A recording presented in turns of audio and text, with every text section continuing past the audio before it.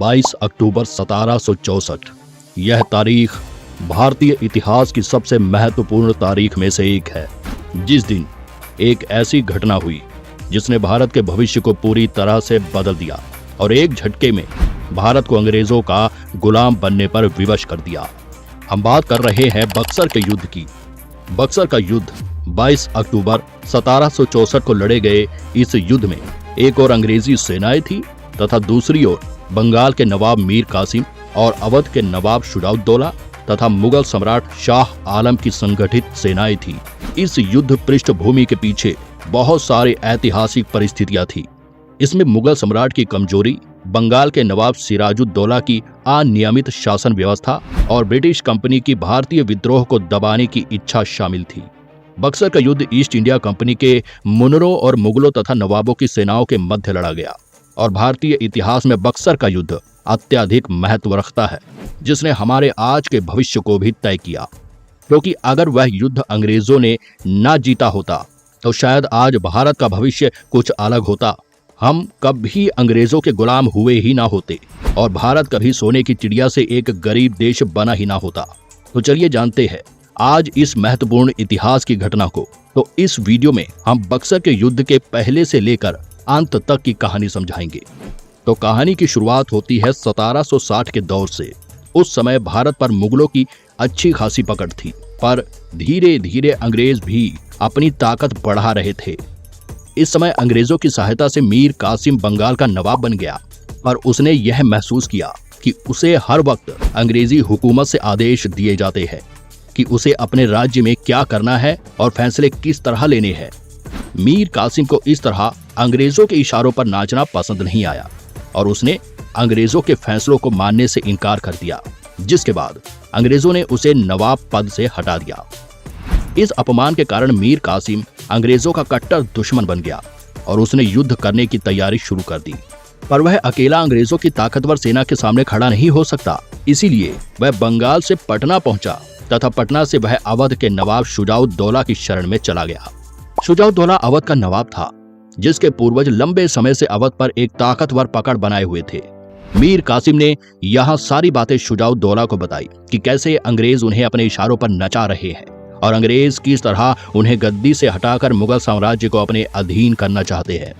शुजाउद्दौला भी कहीं न कहीं अंग्रेजों के इस मंसूबे से वाकिफ था, जिसके कारण जल्द ही शुजाउद्दौला मीर कासिम की सहायता के लिए तैयार हो गया और दोनों अंग्रेजों से युद्ध के लिए एक बड़ी सेना तैयार करने लगे।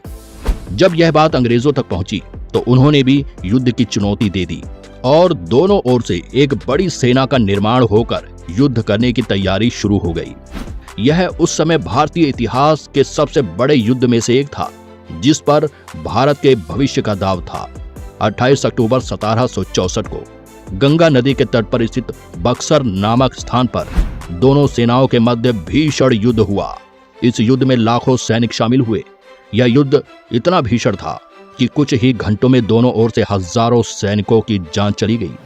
मुगल सेना की ताकतवर तोप गाड़ी बादशाह नवाब शाह आलम द्वितीय के पास थी, जिन्होंने ब्रिटिश सेना को काफी क्षति पहुंचाई।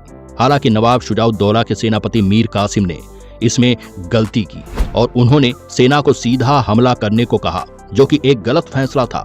साथ ही मुगल सम्राट शाह आलम ने अंग्रेजों से समझौता कर लिया। वहीं मीर कासिम युद्ध क्षेत्र से भाग गया।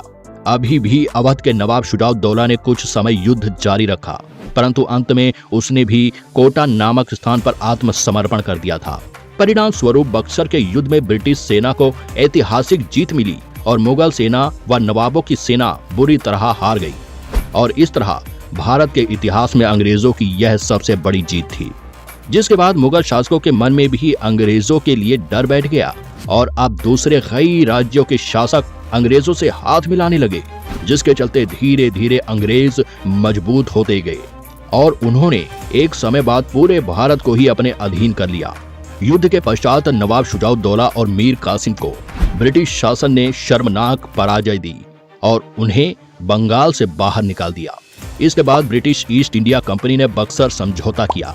इस समझौते के तहत मुगल सम्राट को अपनी सेना बंगाल से वापस ले जानी पड़ी और नवाब मीर कासिम को अधिकारियों की न्यायिक शक्ति को नष्ट करके ब्रिटिश कंपनी के अधीन स्थानांतरित किया गया। इस युद्ध के बाद भारतीय उपमहाद्वीप में ब्रिटिश साम्राज्य की स्थापना हुई। बक्सर के युद्ध के बाद हेस्टिंग्स ने बक्सर संधि का एक समझौता किया, जिसमें ब्रिटिश ईस्ट इंडिया कंपनी की सत्ता और आर्थिक शक्ति में मजबूती आई और उन्होंने ब्रिटिश सत्ता को भारत में स्थापित करने का रास्ता साफ कर दिया। साथ ही इससे अंग्रेजों को बंगाल, बिहार और उत्तर प्रदेश में न्यायाधीशीय अधिकार प्राप्त हुए। बक्सर युद्ध के कारण और परिणाम। इस लड़ाई के पीछे विभिन्न कारण थे। ईस्ट इंडिया कंपनी ने अपनी शक्ति बढ़ाने के लिए मुगल साम्राज्य के खिलाफ शुजाउद्दौला की मदद ली थी। मुगल सम्राट के पास बहुत ही कम सेना थी और उन्हें इस स्थिति में इंग्लैंड की बाहरी सहायता की जरूरत थी, इसलिए उन्होंने अंग्रेज सेना का सहयोग किया। बक्सर के युद्ध के समय ईस्ट इंडिया कंपनी के पास बहुत सारे भारतीय सिपाही थे जो भारत में लड़ाई की स्थितियों को समझते थे और मुगलों की कमियों को भी जानते थे। इसके अलावा अंग्रेजों के पास कई विदेशी हथियार भी थे जिन्हें भारत में पहले कभी प्रयोग नहीं किया गया था, जैसे आधुनिक बंदूक के बम और बारूद जो अंग्रेज इंग्लैंड से भारत लाए थे, जबकि मुगल सेना के पास अधिकतर पुराने हथियार और घोड़े हाथी थे। युद्ध की शुरुआत में ईस्ट इंडिया कंपनी की सेना ने तेजी से आगे बढ़कर मुगल सेना को मात दे दी। लड़ाई के दौरान मुगल सेना और शुजाउद्दौला की सेना के बीच तनाव उत्पन्न हुआ। उस समय एक अंग्रेजी दूत राम नारायण ने मुगल सेना को इंग्लैंड की सहायता की घोषणा की, जिसके परिणाम स्वरूप युद्ध से हटने का आदेश दिया गया। यह निर्णय महत्वपूर्ण था क्योंकि इससे मुगल सम्राट शाह आलम की सेना के मनोबल को तोड़ा गया और मुगल साम्राज्य को ईस्ट इंडिया कंपनी से सहायता मिलने का मौका मिला। युद्ध के पीछे कई कारण थे, परंतु यह समझौता मुख्य भूमिका निभाया। बक्सर के युद्ध के बाद ब्रिटिश ईस्ट इंडिया कंपनी ने उत्तर प्रदेश, बिहार और बंगाल के कई भागों को अपने नियंत्रण में ले लिया। इससे कंपनी का शासन भारतीय राजनीति और अर्थव्यवस्था पर प्रभाव डालने लगा। बक्सर के युद्ध के बाद मुगल साम्राज्य ने अपनी सत्ता खो दी और ब्रिटिश कंपनी की वर्चस्वता को मंजूरी दी। मुगल साम्राज्य के पतन के बाद ब्रिटिश ईस्ट इंडिया कंपनी को भारत में विभिन्न राज्यों के शासन को प्रभावित करने का अवसर मिला।